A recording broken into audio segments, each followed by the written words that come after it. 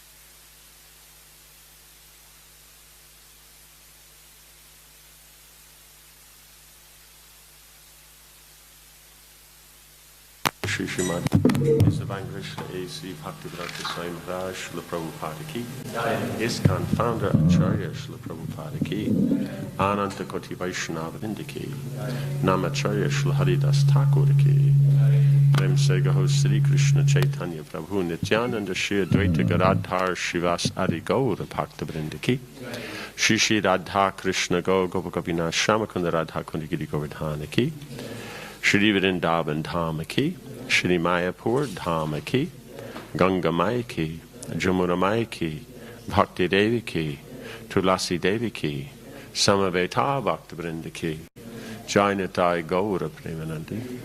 All glories to the assembled devotees. All glories to the assembled devotees. All glories to the assembled devotees. All glories to Shri Guru and Shri Gauranga. All glories to Srila Prabhupada.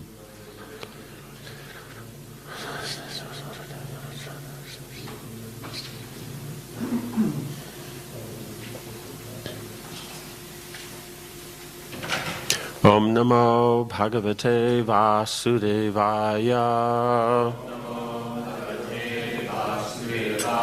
Om Namo Bhagavate Vasudevaya. Om Namo Bhagavate Vasudevaya.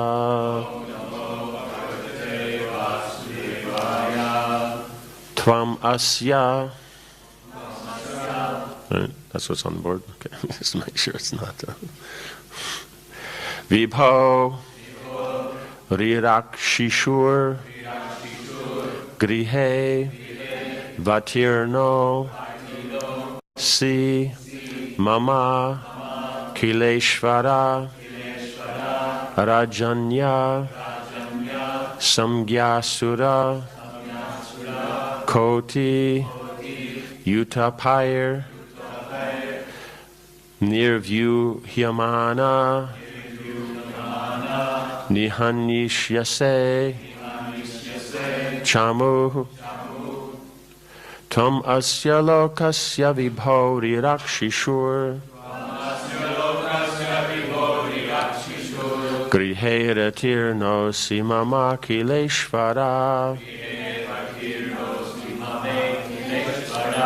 Rajanya Samgya Suragoti Utaper Nirvyut Yamana Nishyase Chamu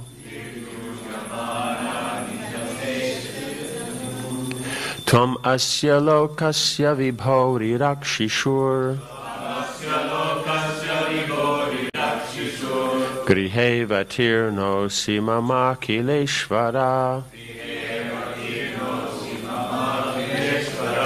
Rajanya Samgya Surakoti Utaper Nirvyu Nirvyuhyamana nihanishyase chamuhu.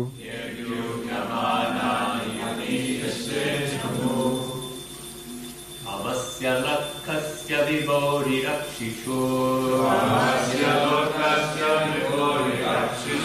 Videvatirlo simamakhileshvara. Rajnaya samya surakoti yottapai. Nirvyuhyamana Yesya chamu, Nirvyuhyamana nisyasya se chamu. Tough one.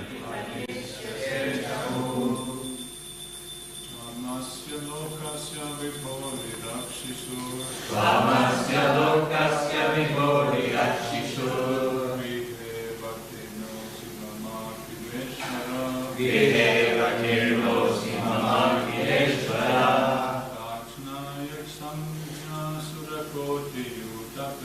Rajnaya samya surakoti yottapai. Nirvyuhyamana nihanishyase chamu.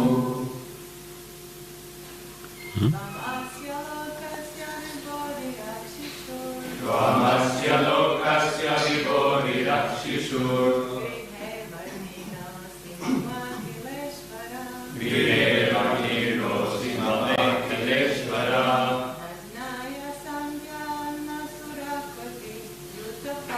Rajnaya samya surakoti yottapai. Nirvyuhyamana nihanishyase chamu. Tvam, your lordship, asya, of this world, lokasya, especially of this martya loka, the planet Earth, vibho, O Supreme, rirakshishu, desiring protection from the disturbance of the asuras, grihe, in this house, avatirna, asi, have now appeared, mama, my, akila ishvara, although you are the proprietor of the entire creation, rajanya samgya, asura koti, yuttapai, with millions of demons and their followers in the roles of politicians and kings. Nirvyuhyamana, which are moving here and there, all over the world. Nihanishyase, will kill. Chamuhu, the armies, paraphernalia, soldiers and retinues. Translation. O my Lord, proprietor of all creation, you have now appeared in my house, desiring to protect this world. I am sure that you will kill all the armies that are moving all over the world under the leadership of politicians, who are dressed as Kshatriya rulers, but who are factually demons. They must be killed by you for the protection of the innocent public. Purport. Krishna appears in this world for two purposes: paritranaya sadhunam vinashaya chaduskritam, to protect the innocent religious devotees of the Lord, and to annihilate all the uneducated, uncultured asuras who unnecessarily bark like dogs and fight among themselves for political power. Uneducated, uncultured, unnecessary. Right, Radha. It is said, Kali Kale Nama Rupe Krishna Avatar. The Hare Krishna movement is also an incarnation of Krishna in the form of the holy name, Nama Rupe. Every one of us who is actually afraid of the Asuric rulers and politicians must welcome this incarnation of Krishna. Hare Krishna, Krishna Krishna, Hare Hare, Hare Rama, Rama Rama, Hare Hare. Then we will surely be protected from the harassment of Asuric rulers. At the present moment, these rulers are so powerful that by hook or by crook, they capture the highest posts in government and harass countless numbers of people on the plea of national security or some emergency. Then again, one Asura defeats another Asura, but the public continues to suffer. Therefore, the entire world is in a precarious condition, and the only hope is this Hare Krishna movement. Lord Nrsingadev appeared when Prahlad was excessively harassed by his Asuric father. Because of such Asuric fathers, that is, the ruling politicians, it is very difficult to press forward the Hare Krishna movement. But because Krishna has now appeared in his holy name, through this movement, we can hope that these Asuric fathers will be annihilated and the kingdom of God established all over the world. The entire world is now full of many Asuras in the guise of politicians, gurus, sadhus, yogis, and incarnations. And they are misleading the general public away from Krishna consciousness, which can offer true benefit to human society. So this is, he's making these point 5,000 years ago. So we can understand this is just standard. It's always going on. It's not that it's something new. You know, we may feel that situations have changed and now we're put into this difficult situation, but we see as Vasudeva is explaining the same situation, you know, that he was experiencing 5,000 years ago. So it's very common. And then he refers back, Prabhupada's referring back to Prahlad Maharaj and other incidents like this, that it's always going on. This is the position. Because as someone increases their material consciousness, means they're increasing the concept of I'm the controller and enjoyer. So then the idea is that you can enjoy what you can control. So then there are those that are just so greedy they want to control everything, though we don't actually ever see that they really enjoy much, but their emphasis is on the control. And others' emphasis may be on the enjoyment. So then on this control, then naturally then you have some position, you have wealth, but then you have to get into the political position or into these educational things, like it says here, the gurus, sadhus, yogis, they get into all these different things just to control. And in this way then they find their satisfaction. But unfortunately, because the basis of their control is on this trying to is material consciousness, then it will always get in the way of actual proper development of Krishna consciousness. So then it will always be an obstacle. So that's just one of the elements that's there. So then Krishna can remove that element, but then we have to be taking part of that surrender to Krishna, like we see with Prahlad Maharaj. That element was removed, but it's due to his surrender. So it's not just Krishna's taking care, because he says he protects the innocent religious devotees, like that. So those who are surrendered to him, right? Because religion means one understands the natural position of something and deals with it accordingly. So when you understand the nature of God and the nature of the soul and the nature of the material world, then we see it in relationship to Krishna. And so that is religiousness. And the innocence is that it's not about, it's just about doing what you need to do. It's not about cheating and other things like that. And like Prabhupada mentions, the animals are innocent, the children are innocent. So, So this aspect of this combination of this innocence and then practicing nicely than the religious aspect, because you'll have innocent people, you preach to innocent people, but they are not necessarily religious. Right? They don't necessarily know, or the aspects of religion they're following are on a less progressive level, simply just economic or political, or something to do with the arts, or some aspect of contemporary knowledge, or so it's not come to the point of them recognizing that these aspects are in connection with the Lord. So then haven't brought it to the religious platform, because the religious platform means these various activities, various knowledge, various endeavors are seen in relationship to the Lord. That's what makes it religious. Right? It's not that simply ritual is what's religious. That's part of, because people need rituals. We can say, oh no, but we're above rituals or modern man. But do we not, when you meet someone, you shake hands? You know, and there's a particular way to shake hands according to the locale. And do we not inquire about, you know, how they are or different things? So these are rituals. That is done, you know.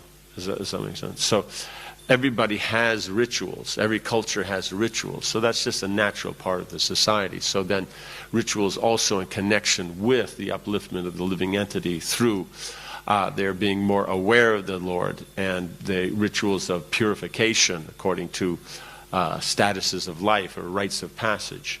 These are all just natural. Every culture has them. You know, how they go about, you know, some of them are more sattvic and some of them less. So that aspect is always going to be there, but it goes beyond. Religious means you actually understand the nature of what you're dealing with in its form connected to the Lord. That is religion, because partially religion is understanding the mechanics of the thing or the duties connected with those mechanics. And so then your identity within that. But then more than that is understanding how that mechanical position, the duties, the position of that in connection with who's established those laws, who's established this position. Because otherwise, why are they there? So then, that then you can say is properly or fully religious. Otherwise, someone's religious that they're accepting, that they're doing things properly. But when we say it's completeness, then we accept that the religious that is connected to the Lord. So that means the devotional activity, seeing everything connected to the Lord. And then from there, then that will be the full manifestation, you can say, of religion. And then a little less than that, as we will see, up to the point of how the soul and how they're not connected with the material world. Less than that, then we'll see that, you know, the material world works by certain laws. We follow those laws. We follow the duties connected with those laws. Therefore, then everything works very nicely. Then less than that, then we see the mechanics of how all the different social and economic things work, and we follow those rules, those standards. And then less than that, then we see is what actually works with the senses, what doesn't. Like this. Does that make sense? So everybody's going to follow religion at some level, but it's only when it gets to that level where we recognize that there's inherent laws, you know, and we're willing to follow those laws because of their higher nature, then do we technically say someone's religious. Because then it's theistic. So religion and theism, they basically go together. So someone who's on that platform, then the two lower levels then of the social, economic, and sensual can also be seen in connection with religion. So they can be, the senses can be seen according to what is the laws, the duties, and then take it up from there. But if not, if one is successful, one's following the religions of those platforms, the social, economic, sensual platforms. But unless, how do you say? But one's not seeing it as religion, because the difficulty is with religion, then there's a set standard. And then that standard is coming from authority. And then we're following it, and by following it, then we start to ourselves appreciate and see the results. And so then we're committed to following those nicely. But then when we drop below that, then people will follow standards in that. But it's only what's observed. They observe, you know, some are better at observing the material energy, some are less. So then by observing the material energy, then they will see what works and what doesn't according to the particular situation and according to whatever is their interest. So then that becomes the social, economic, or judicial laws that are practiced. And so then the difficulty is the sense they're not based, actually means they're based on observing the absolute, but it's not actually based on the absolute as such. The idea is that I've observed it, I've seen the pattern, So therefore, that's what gives it the authority. So then even these patterns are named after individuals or groups or situations in which they've been observed. Does that make sense? So as the values change, as people's perception change, then how they view these laws change, and so therefore then the laws that are accepted also change. So these lower two levels are very, very volatile, and that they're always changing depending upon the mood, and they can change in a moment. You can have a whole social kind of identity or standard, and due to some incident, it totally changed, just in one day. So that's the problem. It's so volatile. It may last for a long time. It may just be constantly turning over, or it may just be very strong in one way and then suddenly change to another. That's the thing, is unstable. So because of this, then, and the importance of this is that the basis is sense gratification, because we can see for these two lower levels, then you have sense gratification. That's for yourself personally. But then when we extend that to others, which then is seen as a very, righteous and good thing, which, yes, it is, but its foundation is sense gratification. We're caring for others, but still only on the platform of sense gratification. Right? It's not in other aspects. So that's the difference. Is then the religious platform is then the aspect comes up as seeing all these different aspects, the social, economic, the judicial, the sensual, in relationship to what is the actual nature of these things, and therefore how do they actually function together. Because if you're looking at a very big picture, then there's times when you may gain rights, or you may have to apply obligations. Right? If I look at the very big picture. But generally we tend to only look at these things on what gets me my rights, and what are my obligations. Generally it's not even brought up like that. Who wants to bring up unpalatable subject matter. So therefore it's so based on the sense gratification, and because it's not based on the theistic aspect, that's why then the term asuric is there. Because asuric means non-theistic. So it doesn't mean necessarily that the persons are total demons in the way of, they have, how you say, big fangs and stuff like that. And but what it means is that it's asuric in that it's not based on acknowledging the eternal laws of the universe that are given by the eternal lawmaker, or by Krishna. So not accepting that brings it into the asuric aspect. So then from there, then it just goes down, because if we're not accepting God's authority, then since the living entity has to accept authority, then it just drops down to the next level of authority.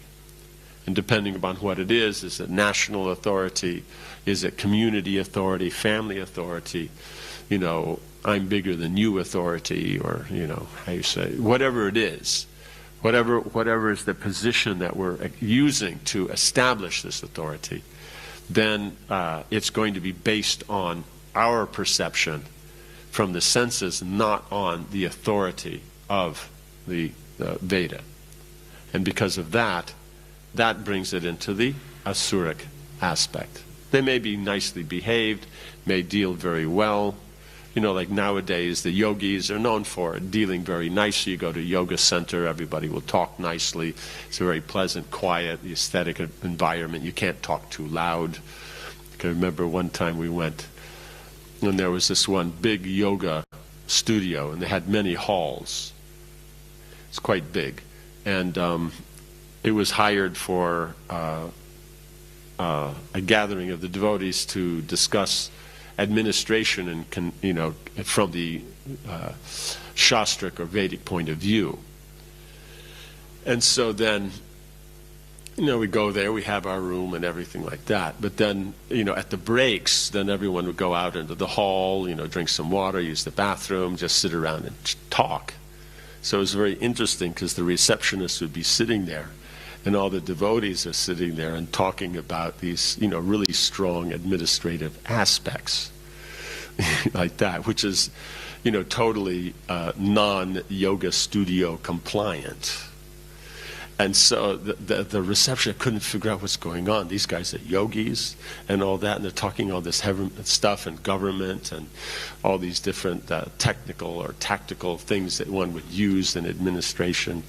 And they would do so very loudly. So at one point I think they had to ask them to kind of like talk a little more quietly or go back in the room like that. So it was kind of funny. And then the next studio over, just you could see through the window. They're all doing their asanas. Everything's very quiet, and so it was funny. They didn't quite catch the broadness of the yoga. So they may behave very nicely. The whole point is all these individuals, the politicians, gurus, sadhus, yogis, incarnation, they may deal very nicely in a very cultured way, but because the whole concept of their culture and dealings is not based on the eternal laws of the universe. It's based on what works for them and what gets them their benefit, their profit, their facility. That brings it into the asuric platform. So asuras don't have to be badly behaved, right?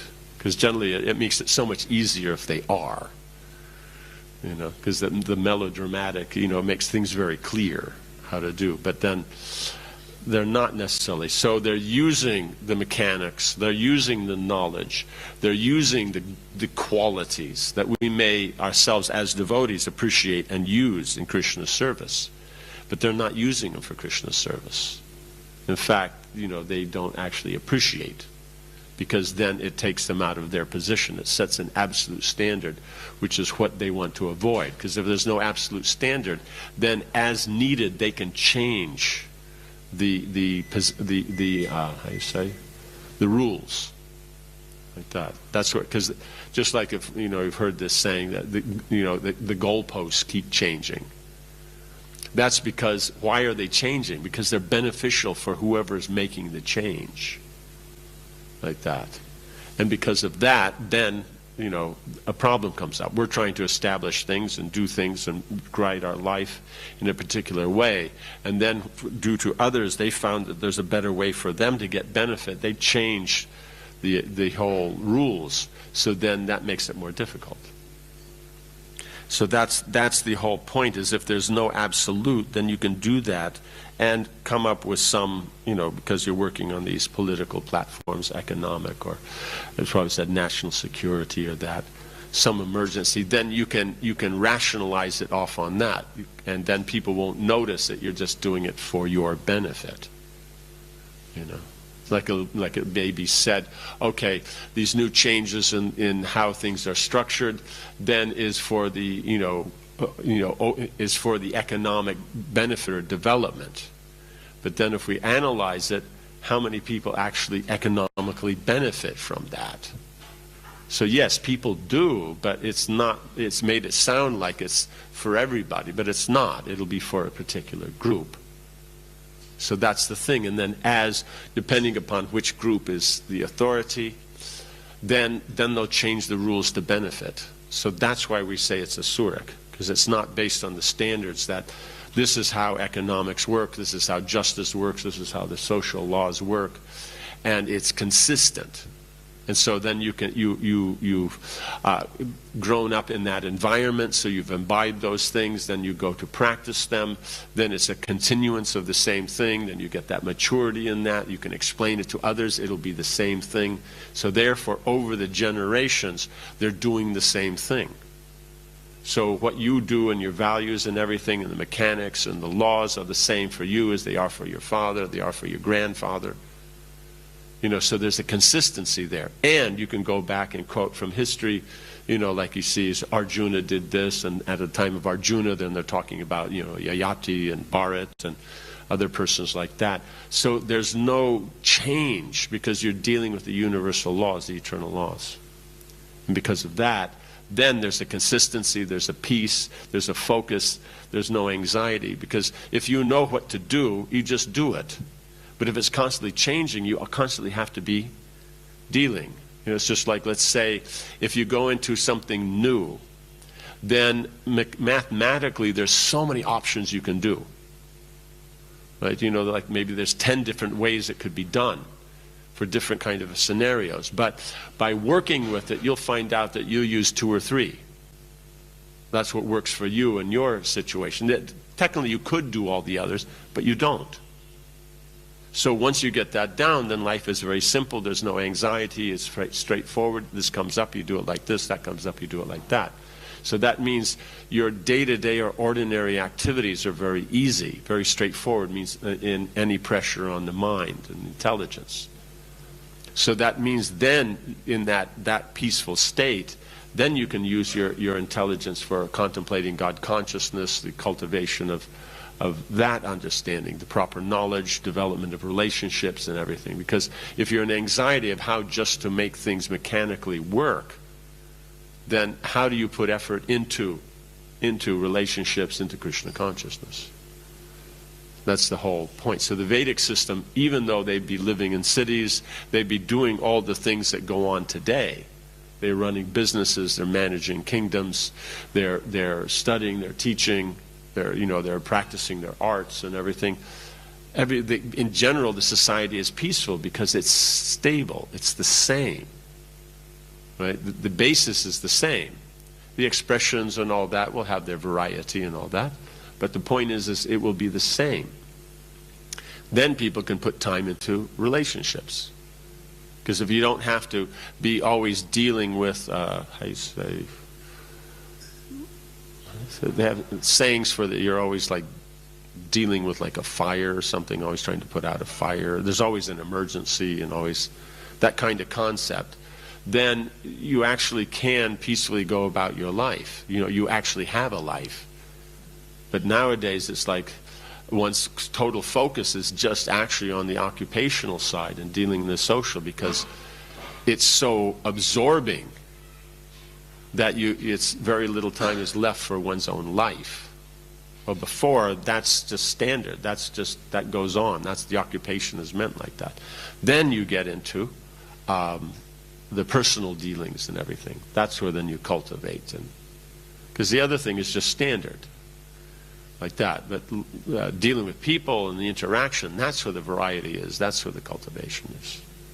So, because of this, then the whole thing based on personal, based on absolute, based on dealing in God consciousness, that actually goes against the modern concept, which is simply based on people's speculation on how they can gain more and more for themselves. And naturally in the Vedic is prosperity means everyone can be prosperous, because you know what it actually is prosperity. Right? Having proper food, proper clothes, how you say, aesthetic environment, all these different things. And so as you produce them, then everybody can have them. So it's having them, that's the life, that's what you need. So someone in their organization has more, they have more facility in that, but it's in the same context. So it's not that it's something else. It's not something that is so difficult. I mean, you have to put in endeavor, but it's not that you're having it then goes against someone else. It's just like, let's say, you go to a very big formal program, right? Devotees have big some, like let's say, like last year, the 50th anniversary program. So let's say you show up in your nice white silk dhoti, kurta and chadar, right? And now, then another devotee shows up in exactly the same thing. Is there a problem? Right? No. But in the modern context, if you show up in the same Armani suit with the same, gold tie and the same cufflinks and the same, there's a problem. Right? So that's the thing. It's not just a standard thing that everybody then works in, and then according to your position, your sophistication, your ability, someone has a little bit more, someone has a little bit less. But the difference between is very minor because it's dealing in the same area. Does that make sense? But in the modern, it's dealing in totally areas that aren't necessary. And so therefore, being in the area of Ugra Karma to get the facilities, then the effort that has to be put in, it's based on you're going to get, others are not going to get. While in the Vedic, everybody can get. Does that make sense? So if it's a standard, let's say that you have potatoes and everybody has potatoes, then there's more potatoes grown this year, everybody gets more potatoes. But in the modern context, if there's more potatoes, then you put them away in storage, or you dump them in the ocean, or don't even harvest them, you just plow them under, so that there's less of them, so that you can charge more, so you can get more. It's a completely different kind of paradigm. Yes? Yes, that's why it's said asuric. It's because it's being so self-centered. It's not looking at the common, what's the laws that you're growing, and so it goes like that. Because the point is if the point is everybody has potatoes, you have potatoes, you're fine. But in the modern, there's no standard. So what makes you unique and special and rich and all this, then it's not just a standard thing. Yes, so all those things. But in the Vedic, there's more potatoes, it's just costless. But the point is you don't need to make more profit because all you need is potatoes. That's the whole point. But in the modern, it's not about potatoes. It's about, got the latest, what is it, 4x4 Bentley, like that, Just rereading Prabhupada's Linamrita, the first part where his father goes to work every day, and he comments that really, they had a nice middle-class living, standard living, they had everything, everything, but it wasn't that they were flush and yes. very opulent. But he said that his father would really be doing service to the deities, and the excuse was the work. It brought in the money, but it wasn't his focus. His real focus was serving the deities. Yes, yes. And they lived very well. There's nothing to Yes. short of anything. They went to this good school. But it wasn't, such a big scene to No. No. He could actually be like the Sarojini. He could Yes. spend time servicing the deities, whereas now No, it's very difficult. you're hopping. It's an emergency all the time. Yes. No, it's very, very true. So how they would be living, let's say that you're, nicely established, like in there, that kind of middle class thing. The rich would just be the same thing, just more of it. And like you have a house, it's nice, it's comfortable, they have a bigger house. But the difference in the price and things and all this isn't that much. I remember when I came to India, the difference, I can't remember what sugar was a kilo.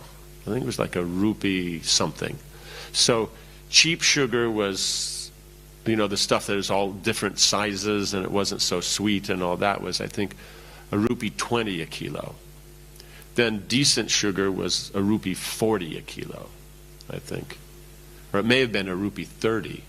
And then the really high grade where they separated off the bigger grains, it was actually way sweeter than was 150 or 160, like that. So just in that, but someone who was more, had a little less wouldn't spend that 10 paisa more to get the better sugar. They will get the cheaper one. So the difference between was very, very minimal. So then for putting in the same work, everyone would put in their work, like Prabhupada's father has his shop, and someone who's wealthier has a shop also, but somehow or another, for the same time spent during the day in the shop, the wealthier man's just getting more money. So therefore then he buys the, rupee 60 sugar, like that. And they were probably buying the rupee 50 sugar, while then, the other people are buying. So then the whole point is that since there's standards of what's good, then you have that. Like, let's say, let's say wearing silk is good. So then anybody who is cultured in that could have silk. It's just they don't have as much of it. That. Even in the sugar example, the poor man is having sugar, the middle class person. Yeah. Everybody has. It's available. It's affordable. So you didn't have to make these ridiculous amounts of money. So instead of, you just had to make a little bit more than the other guy. That's all. These days, the poor and middle class are wiped out. They can't have the sugar and it's only for Yeah. Yeah. No, it's just so extreme, so from, a place that costs, let's say 100,000 to one that costs 100 million. Well, before, the difference in those things would be very, very close. It'd be, some thousands. That would be all, So that's the point. So it's like that mansion that was 100 million would have been 100,000, and your one that's 100,000, that would have been 10,000. Like that. So the difference is so little. So therefore, if you deal properly with your money, and because you're not wasting it, so whatever, basically in the Vedic concept, whatever you're buying is tackling an investment. Either on the consumables, that it's an investment means it's for your health and proper dealing and cultural and social interaction. But anything else you buy, it's of quality, it lasts. You buy, a silk sari, you can, when you get to the, kind of vanaprastha stage, you can give it to the younger girls because it's still good. Like that. It's a very common thing that the wedding sari is given down to, the granddaughter and things like that. That just everything lasts, everything's good. Whatever you have, it works. I remember that in the 70s, you go to these wealthy person's houses. They always served the plates, the cups, the spoons. Everything was solid silver. It would be some variety of, they have to mix something like that, but it would be like 98, 96, depending on like silver.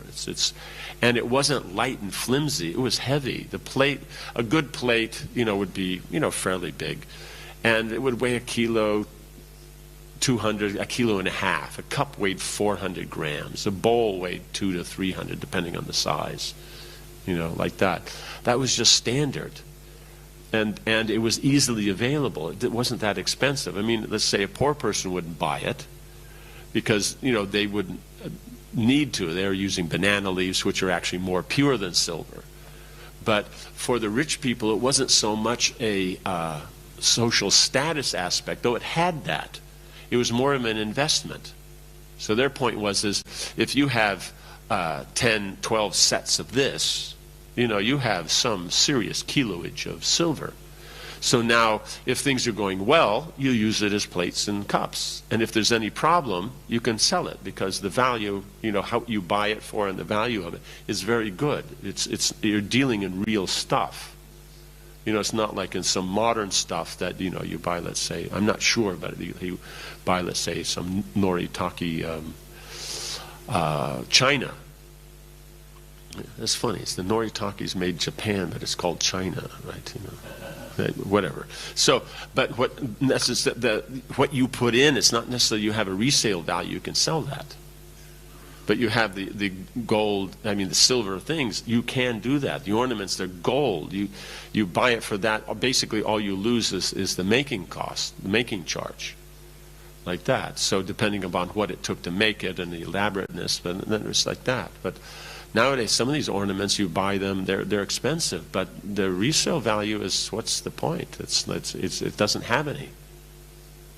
So that's the difficulty, is that these things, before, as you were dealing in real things, and because that's the natural law, that's what nature provides, and because you're dealing like that, nature provides more. So she also provides very nice, because she governs how much you get in the harvest. Because we see with Prithu Maharaj, then because she was not pleased with how the people were behaving, they'd sow the seeds and she'd just swallow the seeds. They wouldn't grow. So then he had to go to her and say, give us our seeds back, and you have to produce, and stuff like that. And so then, because then people followed the law according to how he established it, according to the Vedic version, then she was happy to then provide for everyone. So that's the whole thing, is that if people are pious, there's more available for the work you put in. And the nature is since it's the same standards, then everybody has, like we said. The middle-class man, he has, 1, 2, maybe 3 silk sets like this. The rich man has 10, 15. But the point is when they go to a program, they're all wearing the same thing. Like that. The lady, and they don't have so much money, then she'll have, 25, 50 saris. The wealthy woman may have 500. But it's still the same stuff. It's not different. That same sari is available. Anybody can buy it. Does that make sense? And the gold, they all have some gold. Just the one lady's wearing, 100, 150 grams of gold. The other lady's wearing 500, 600 grams of gold. That's how you tell. Is that the subtlety, to be able to tell the difference. Everybody looks the same, but you can tell who's rich and who's not by that subtlety. Just the cloth is a touch thinner. Everybody has that nice cloth, but the rich man, it's a little bit thinner. It's definitely ironed. It's how they wear it, the simplicity of it, the how you say, understated, like this. All those different things. Then you can tell. That's how you tell. Whereas now these days it's fairly crude. You don't have the subtleties. Yeah. Yeah, basically you wear bling until your neck hurts, like that, and Where does like socialism and communism fit in? Because they're trying to make everyone have the basics. Yes, but then how do you define the basics? That's the difficulty. Because, one may say everyone according to their need, everyone according to their ability. Yes. There's all kinds of sayings like that. I say, I think what's the other one that makes you nervous is work will set you free. That's also another. As soon as you hear that, then it's nervous time, like that. Then you excuse yourself to go to the bathroom and just keep going, right? Yeah. Yes, the greater good. That one's always a good one. That one. Yeah. So the point is that if we're saying everyone according to their ability, everyone according to their need, but what is need? What is ability? That's not defined. So therefore, people aren't getting action, because the Vedic concept, you don't have such a thing as unemployment. And if you do, that's only because they can't work. There's something wrong, disease or some deformity, something is there, they can't work. And so they're taken care of by charity and family and things like that. So then unless you define what is need, how do you know what to fulfill? And if you don't identify what is ability, how do you know how to engage everyone? Because if everyone's engaged according to their ability, so much opulence is there. But that's the thing, the modern is you don't want too much opulence, otherwise you get less. And because there's not a standard point of opulence, therefore what you want is not within the standard. So therefore you have to have less opulence, in overall society, so that you can make more profit, so you can get your needs that aren't actually standard. Does that make sense? So that's the whole point, is that if everybody has the basics, who needs to charge more? Therefore everything is at a reasonable price. And it's a standard price, so and therefore you know how to plan your life, what to do with money, what to spend, what to keep, what to give in charity. All these things you can plan it because it's standard, and things will only go up and down in price based on, not by inflation. It's not something this continuous thing. It's by availability. If this was a good year, everything's cheaper. If it was a poor, then everything will be more. But it'll go according to that. And if it's really there was a failure in crops, then it would the government and those people that have lots of store, then they start putting that out for, so that people can get. So that's the position. So if that happens, then things go on. It's stable. You can plan life. Of course, it's the material world. You can't always foresee everything, because that's the way it is, but at least in general it's more stable. So then unless those are defined, how do you actually establish these socialistic concepts.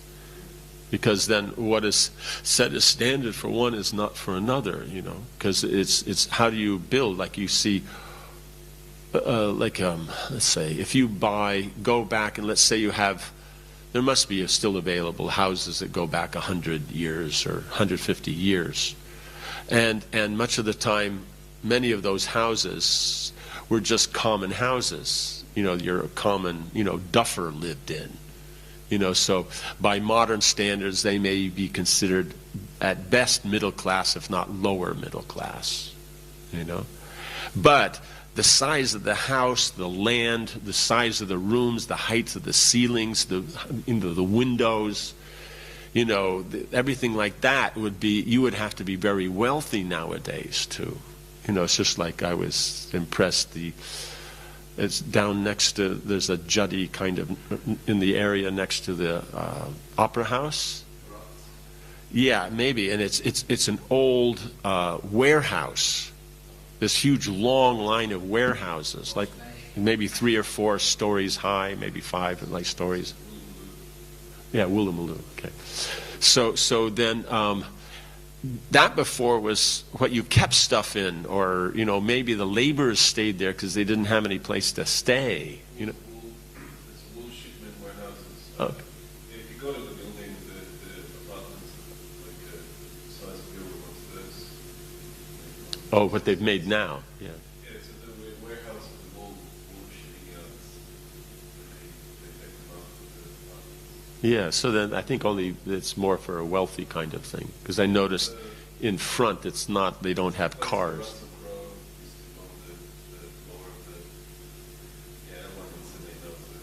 Okay. Yeah. Because in front, how generally you have your house and in front's parked a car. There you have the house and in front's parked a yacht. And I don't mean the little ones. I mean the ones like the size of this room kind of yachts. Yeah, so the whole thing is this, what before would be considered something for a lower level, now that's what the rich people have. And it just gets smaller and smaller and smaller, as time goes. So when, what do you call it? Monty Python, they were joking about living in a shoebox, then, we're getting close. In Sydney, 100 years ago, was considered low-class people who lived by the water. Yes. Fishermen and working class. Yeah. So the wealthy people lived in the by Sydney water. That's what they Yeah, and also the hills, the mountains. Only the more tribal or more wild, and they lived up in the hills and down by the water. And now it's because So does that make sense? So the point is unless there's standards, how do you define what is there? So you build, your council housing and things like that. But what's the standard? How much is there? What's life? What's So the point is having a little bit bigger kitchen or a little bit bigger bathroom or these are just actual, basic human necessities. So if we say according to need, but are we doing that? It's according to our idea of what it should be. It gets by. But the point is if you do that, if you have according to a standard, then even if someone's poor, they can maintain culture. Because when the basics are taken care of, then the good qualities can be manifest. So even you have someone who's from a poor background, their culture will be very nice, so they can interact and deal with the gentleman very nicely. They will deal in a gentle, cultured way. Though they have less, you can tell by the clothes are getting a little worn and this and that and so many things. And there may be a few other aspects, but the point is since it's one culture, there's no need of, on the cultural level, of a superior and inferior.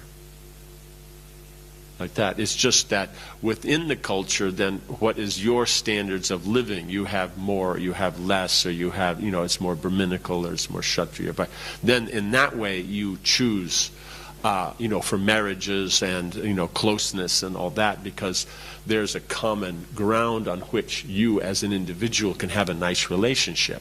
Because the whole thing's about relationships. But at the same time, the overall social interaction, anybody can interact because they have the same standards. And so the culture's the same. So the poor person's cooking the same menu as the rich person. It's just that they only have the basics, while the rich person may have more things in it or a greater variety. But the style of cooking is the same. The recipe is the same. You know what I'm saying? Does that make sense? So, maybe they don't have saffron in it or this or that, only on special occasions. But the point is the recipe is the same. They can all cook the same. So the poor person and the rich, they cook and eat the same. So there's a common ground. How they dress, how they act, everything's common. So then that's where you have the equality. But it's only culture you can have that equality. But who's going to have more wealth and less wealth? You can try all you want to make it the same. Wealthy people, they know how to deal with money. Poor people generally don't. That's why the poor person's poor and the wealthy person's wealthy. Because much of the time, the wealthy person started out as poor as the poor person. Just he got $100. He invested it, and now he has $100,000.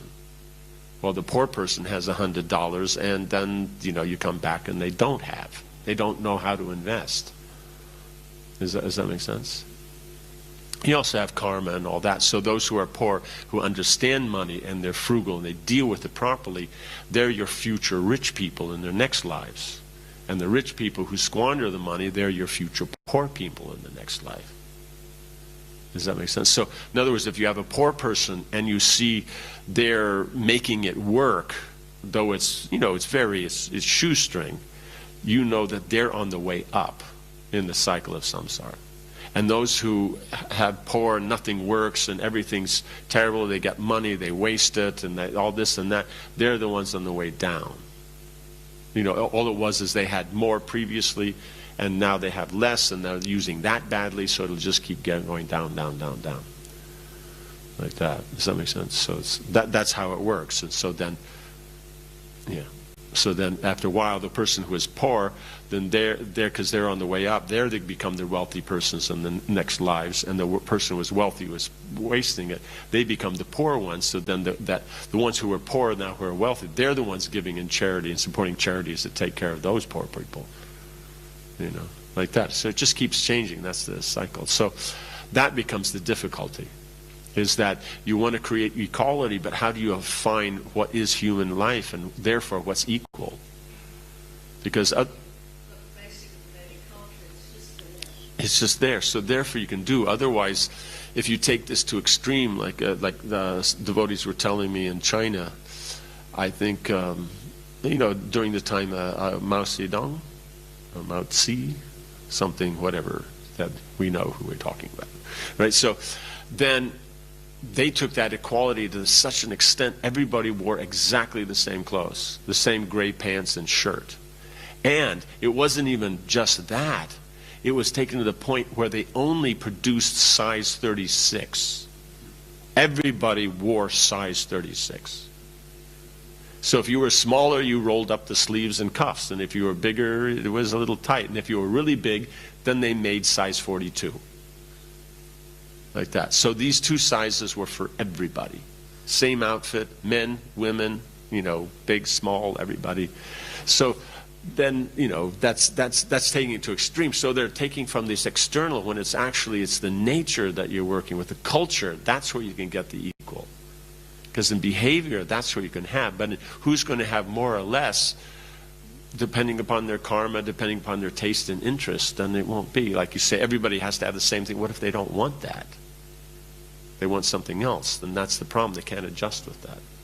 So the point is if you have the common culture, the Varnashram system, and this theistic understanding that this has all come from the Supreme Lord, that's why we follow it. We follow the duties. Then you can get that equality and everybody can relate and deal with each other. Even in the society there, then let's say the high-grade prostitutes, they were actually a respected part of the community. I mean, you don't marry your son to them, but the point is that they're part of the community because they take part, because they do yagyas, they give in charity, they do all kinds of things. I'm talking about the high-grade ones. They'd be like more similar, like I think the modern concept of the geishas or the high-grade escorts like this. They're in another. So they're part of the social scene because let's say you want to have a festival and there's all kinds of public things and public interactions. So if women are involved, it always brings out a fineness that's there. So then who's going to do that? not someone's wife. So therefore, these women would come in. They'd give the garlands. They'd sit. They'd do all the things and do all the public women interacting with men kind of stuff. That's just the cultural stuff that your married woman wouldn't get involved in. And so they do part of that. You know, they do the dancing. They do the singing. They do all the public display of femininity. So they're part of the scene. But at the same time, then, when it comes to marriage, then they're in their own category.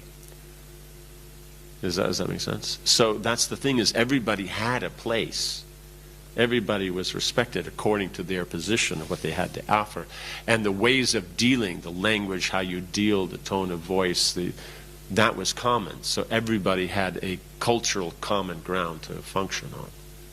And then in detail, then you would work in your own, community or own kind of smaller groups or family or friends like this, for the more intimate. But for the generic, it was one culture. Well, now you don't have a generic one culture. You don't have one form of music or one style of food or one style of dress. So it would be very hard to have a public program that everybody would be interested in. And that they would deal with each other nicely, like that. So it is. Does that make sense? Yeah. Good.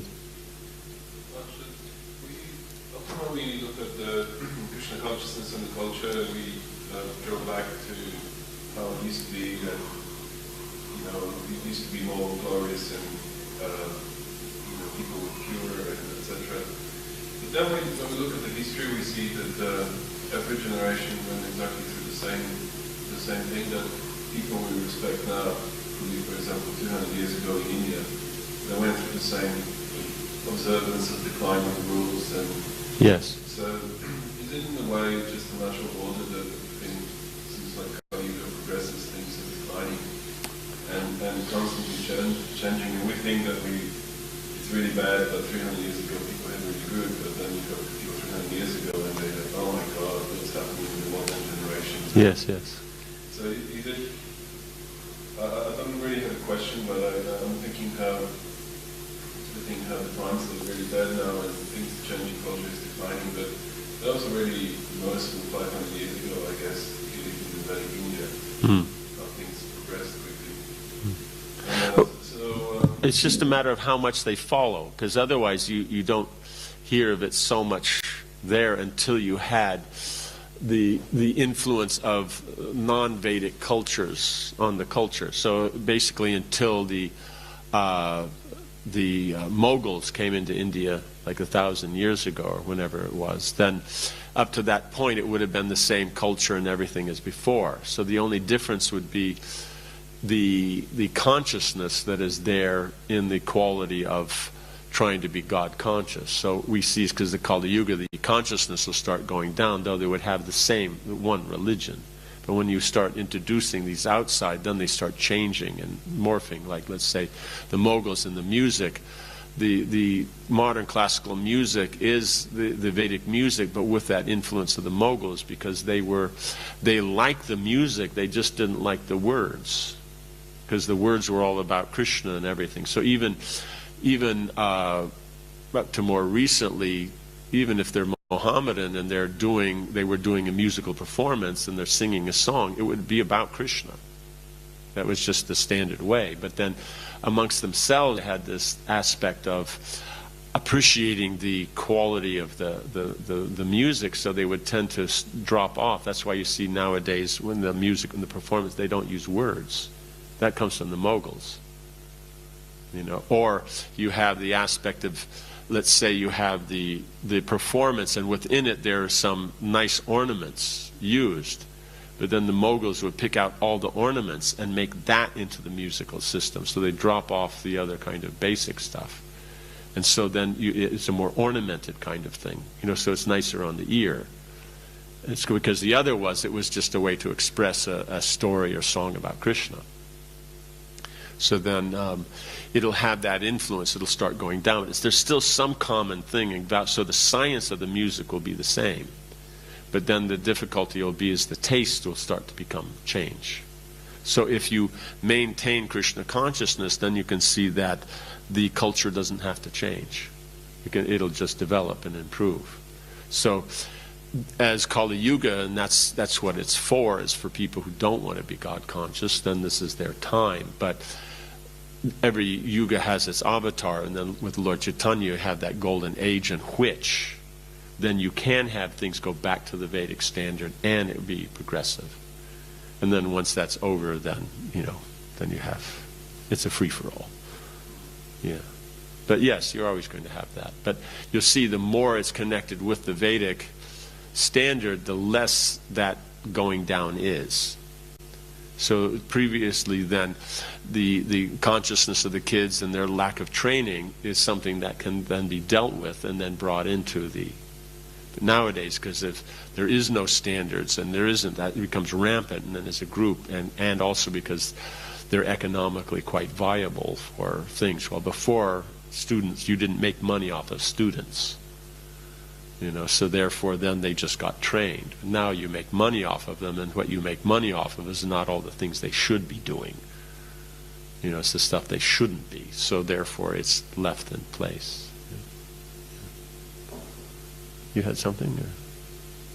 Or no? Someone else raised their hand?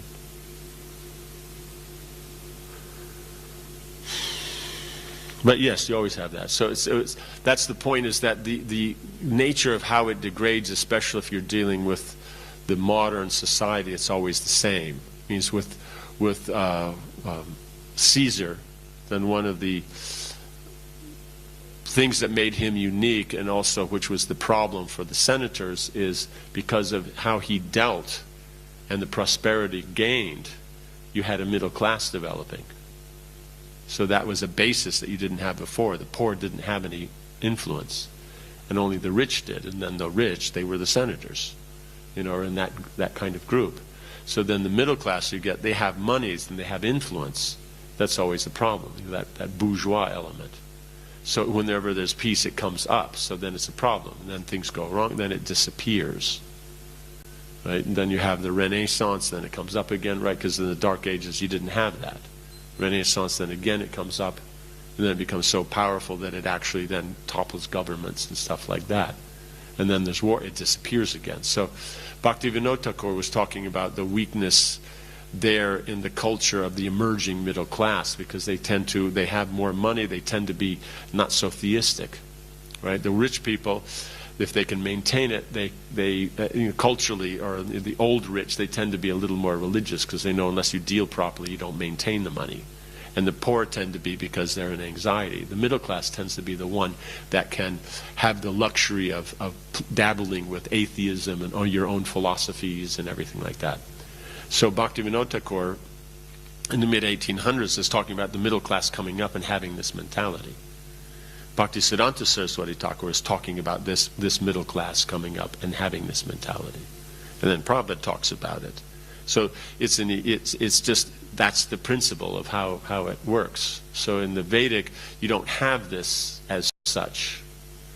That separate thing. There's one culture, so you don't have that. But in the modern sense, there's no standards, especially as you go into the kind of the more secular kind of concept, where you separate economics and the social, everything off from the religious. Then at that point, then that's where you have this development of the middle class can have this problem. So like you said, they're the ones, because in the poor people there's probably not so much of a change from generation to generation, and the rich also not so much change. As you go up high enough, it'll be those in between. That's where you see the major change. Is that because there's a good chance that really rich people in that, they're still going to operas and things like that. So it's it's the middle class. It may go, may not go. You know what I'm saying? Some of them will come up, now they have the money, they can go. But probably a lot of them aren't going, because the opera house, not wanting to be negative, is not actually that big. You have opera houses like in Vienna and stuff like that. Those are big. So, okay. We won't go farther into that. So, yeah. Okay. So, okay. And here, Grantharaj Srimad Bhagavatam ki, Srila Prabhupada ki, Samaveta Bhaktivedanta Ki, Jayanatai Gaura Premanandi.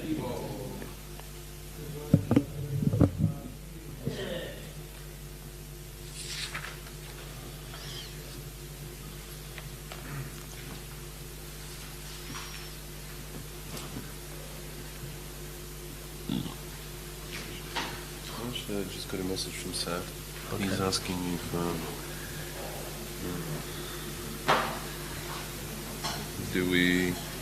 does Marge want us to bring the 2 boxes today or on Monday? Today. Because I'm leaving early on Monday, so that it's today. Anyway. I'll see you upstairs. Okay.